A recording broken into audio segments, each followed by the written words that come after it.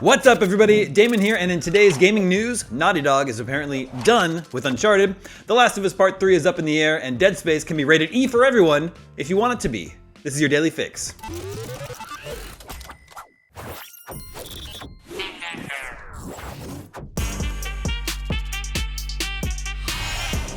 Naughty Dog co-president Neil Druckmann says the studio has officially moved on from Uncharted and is now focusing on the next chapter of The Last of Us through the new multiplayer game.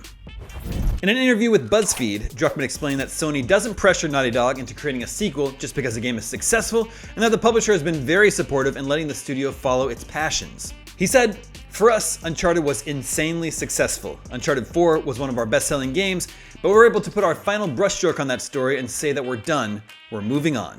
After Uncharted 4, Naughty Dog did put out Uncharted The Lost Legacy, the spin-off that starred Chloe Frazer, and Sony released the Uncharted movie in theaters last year. My guess is that even if Naughty Dog is done with Uncharted, the property is too valuable for Sony to be done with it.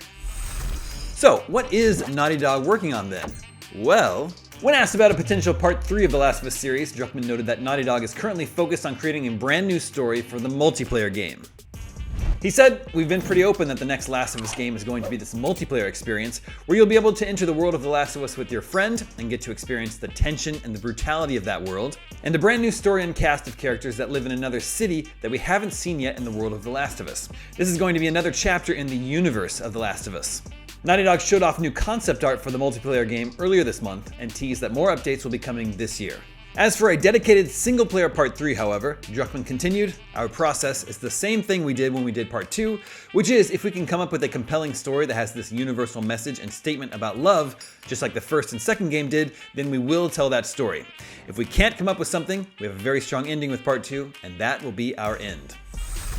But what do you think? Do you want a Last of Us Part 3?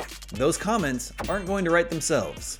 And finally today, it's Dead Space Eve. IGN just published its 9 out of 10 review. I think fans are going to be very happy with this remake. By default, it is, of course, a very gory game, but it doesn't necessarily have to be. Or at least, the game will give you a very generous heads up that something nasty is about to happen if you turn on a certain toggle in the accessibility options. And the warning will be very specific. For example, it might tell you you're about to witness a self-inflicted death. Again, this is only if you turn on this option in the menu.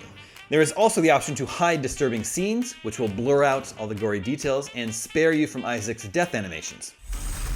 Now, I happen to like my horror games gory, so I won't be toggling any of these options, but they're nice to have for the more squeamish gamers out there. And I think it's really interesting the way that video games continue to adapt and provide more and more options for players to play the way they want to play. That is, after all, the most important thing, that the player gets the most fun possible out of their purchase, whatever that means for them.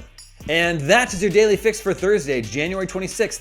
Now that you're caught up on the news, watch our review of Dead Space. Spoilers, it's really good. I'm Damon Hatfield, and for all your gaming news, stay tuned IGN.